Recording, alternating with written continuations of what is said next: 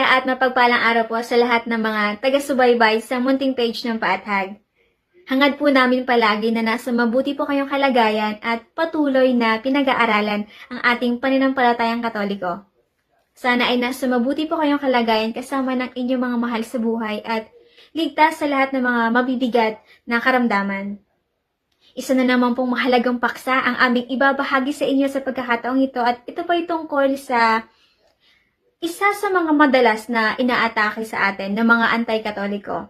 Hindi na po ito bago dahil madalas na po natin itong naririnig sa mga telebisyon at radyo at nababasa sa ibang mga aklat, gayon din sa social media ngayon. Katulad ng mga anti-katolikong umaatake sa atin at naniniwala na ang tumutukoy sa Revelation 13 ay ang Pope ng Catholic Church, ang mga ministro ng Iglesia ni Cristo ay naniniwala din dito at sila mismo ay nagbibigay ng conclusion na tumutukoy raw ito sa ating Pope.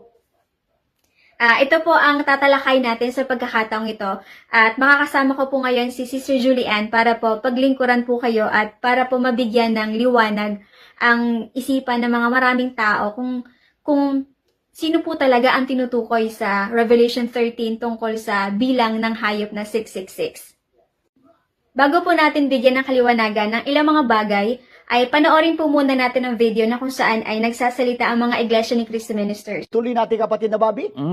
Yung letter F, ang katumbas ay 0, yung I ay 1, yung L ay 50, yung I ay 1, at isa pang I ay 1, total of 53. Doon naman sa D, yung D ay 500, yung E ay 0, at yung I ay 1, kaya 501.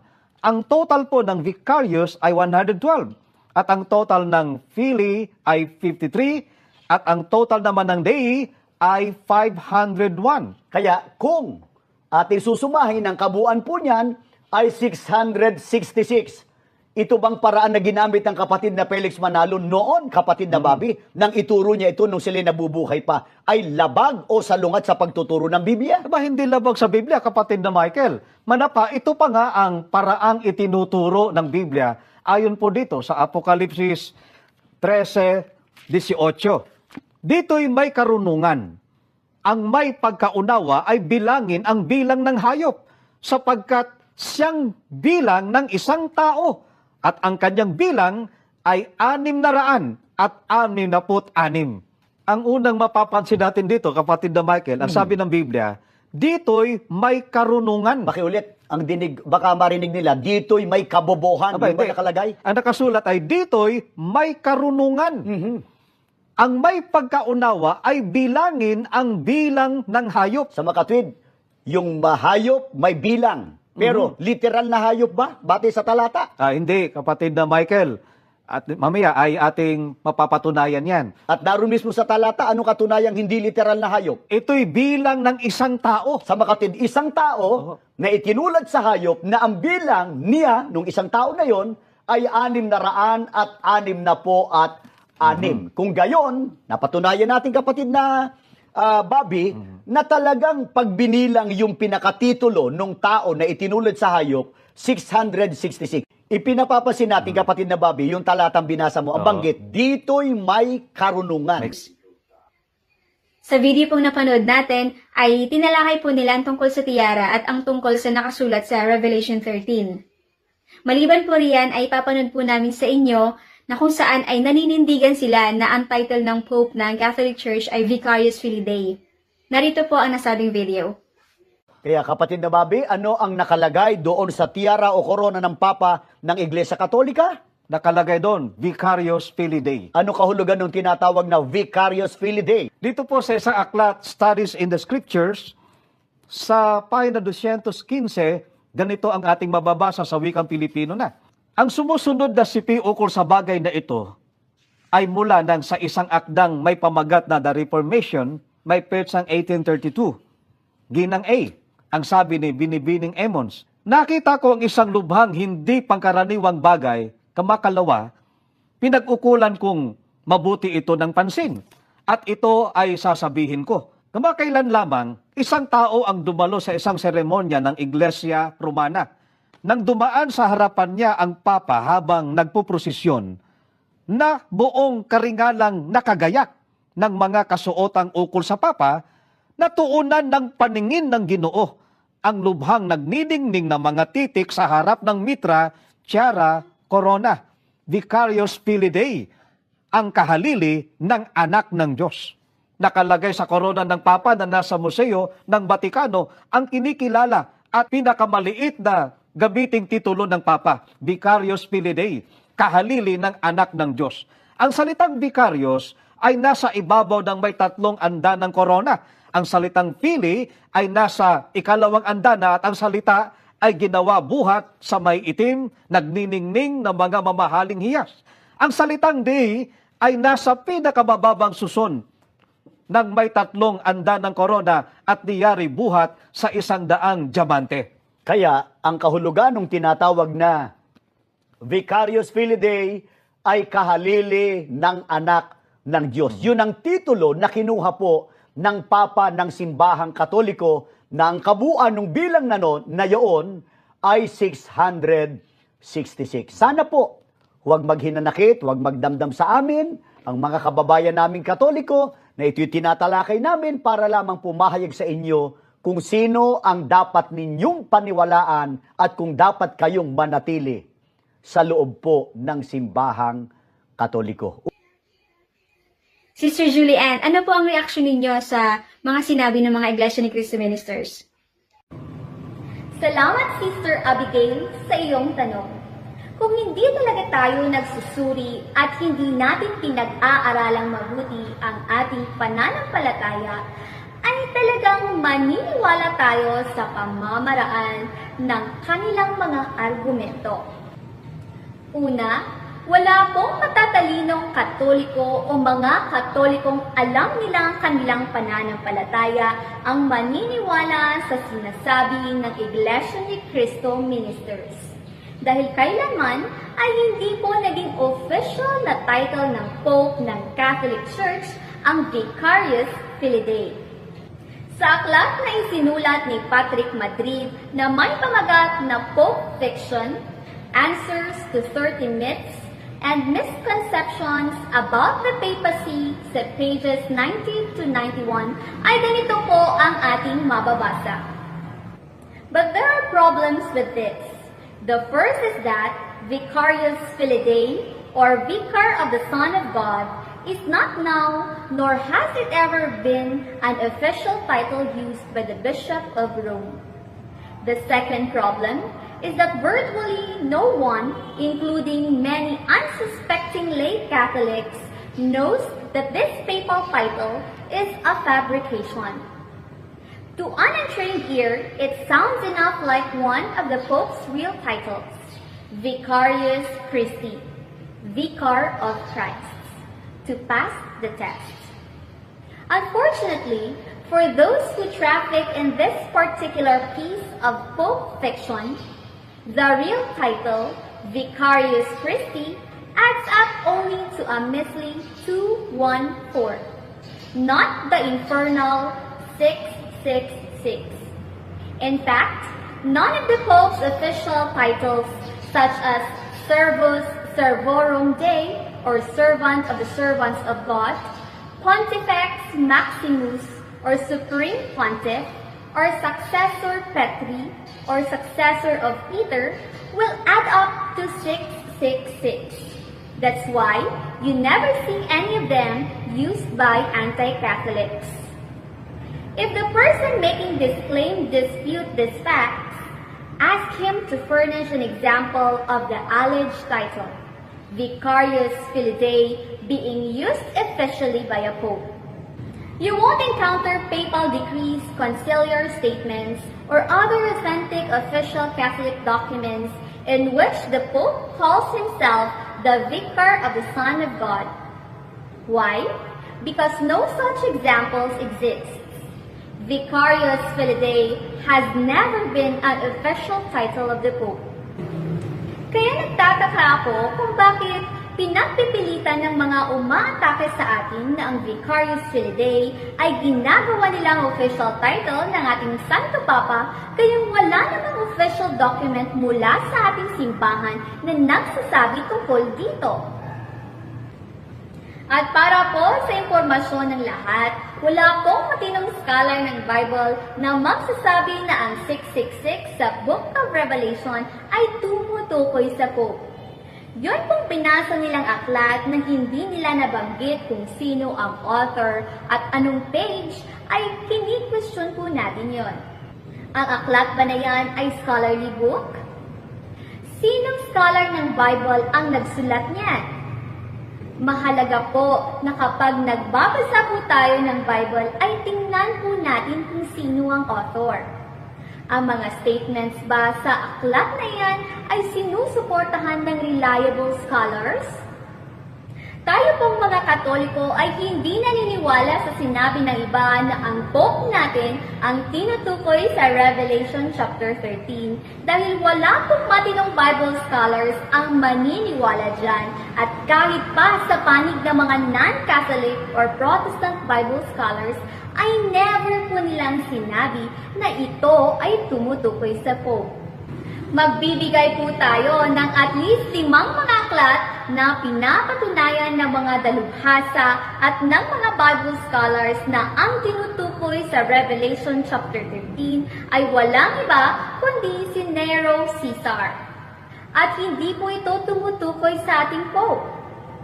Una, sa aklat na Breaking the Code, Understanding the Book of Revelation na isinulat ni Dr. Bruce Metzger ay ganito po ang ating mababasa sa pages 76 to 77. Who is the satanic beast symbolized by the number 666? Over the centuries, a very great deal of ingenuity has been expended in attempting to answer this question. A further complication arises from the fact that some ancient manuscripts of the Book of Revelation give the number as 616 instead of 666. Among the names and titles have been proposed to solve the cryptogram, the most probable candidate is the Emperor Nero. If we add the numerical values in the Hebrew spelling of the name Neron Caesar, we obtain 666. On the other hand, since his name can equally well be spelled without the last N, if we omit the final N, the total will be 616. Pangalawa, sa aklat na The IDP Bible Background Commentary, New Testament na isinulat ni Dr. Craig S. Skinner, ay ganito po ang ating mababasa. But one of the most popular proposals among scholars is Nero Caesar.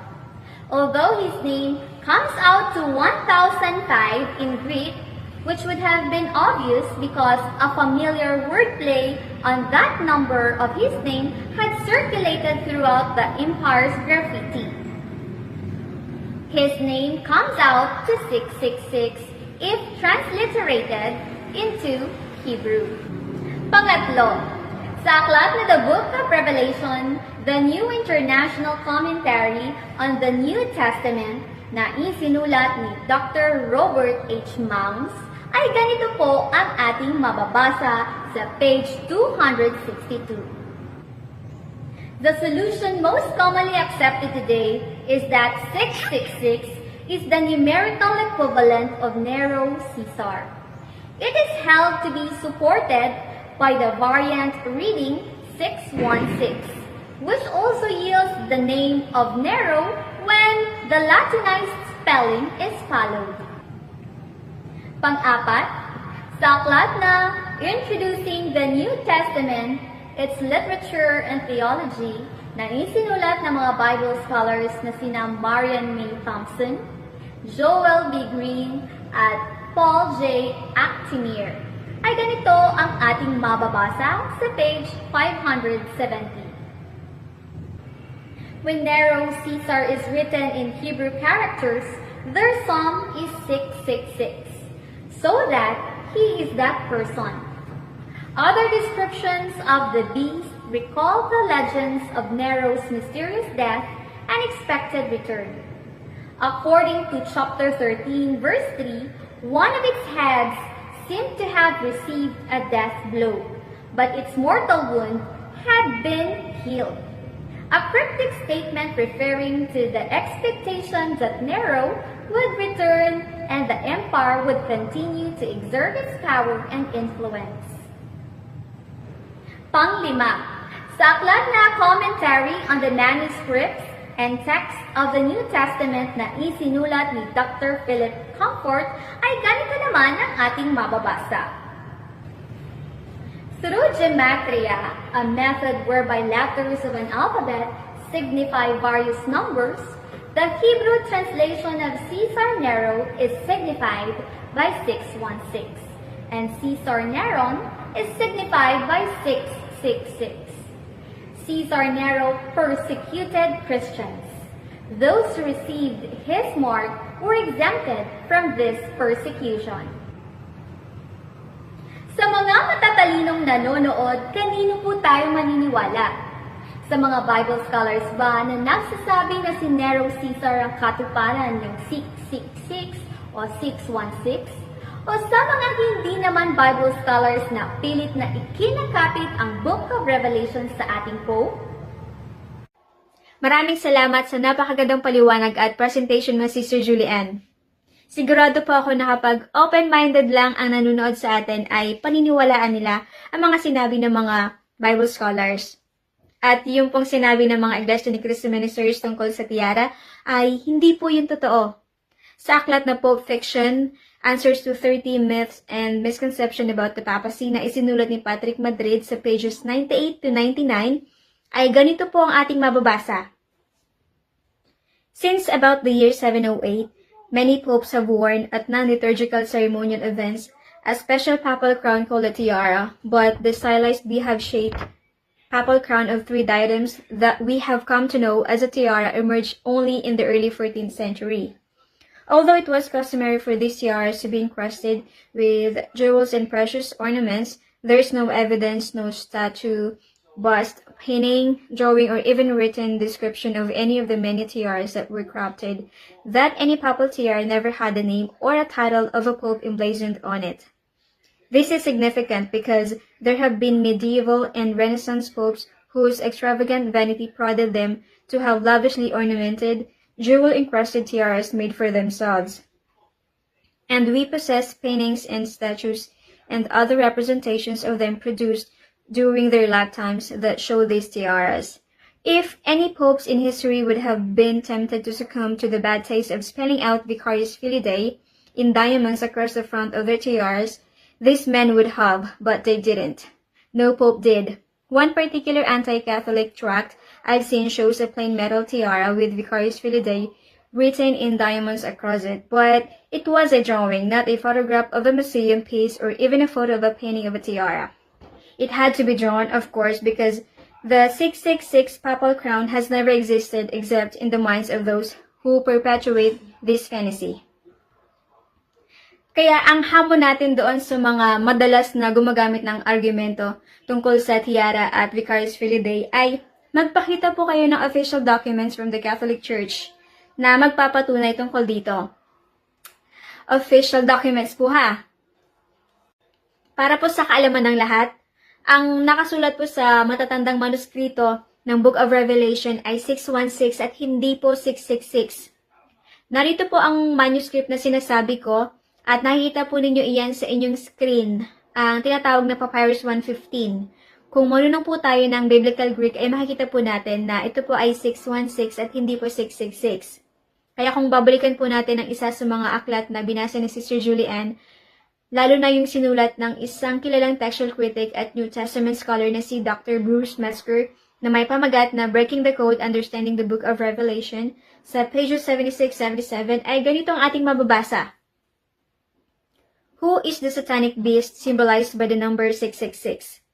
Over the centuries, a very great deal of ingenuity has been expended in attempting to answer this question. A further complication arises from the fact that some ancient manuscripts of the Book of Revelation give the number as 616 instead of 666. Among the names and titles have been proposed to solve the cryptogram, the most probable candidate is the Emperor Nero. If we add the numerical values in the Hebrew spelling of the name Neron Caesar, we obtain 666. On the other hand, since his name can equally well be spelled without the last N, if we omit the final N, the total will be 616. Maliban sa mga Bible scholars, ang kasaysayan po ay nagpapatunay na ito ay tumutukoy kay Nero Caesar. Ayon kay Philostratus, and again, there is no animal of which you can say that it ever devours its own mother, but near gorged with quarry. Philostratus' Life of Apollonius of Tyana.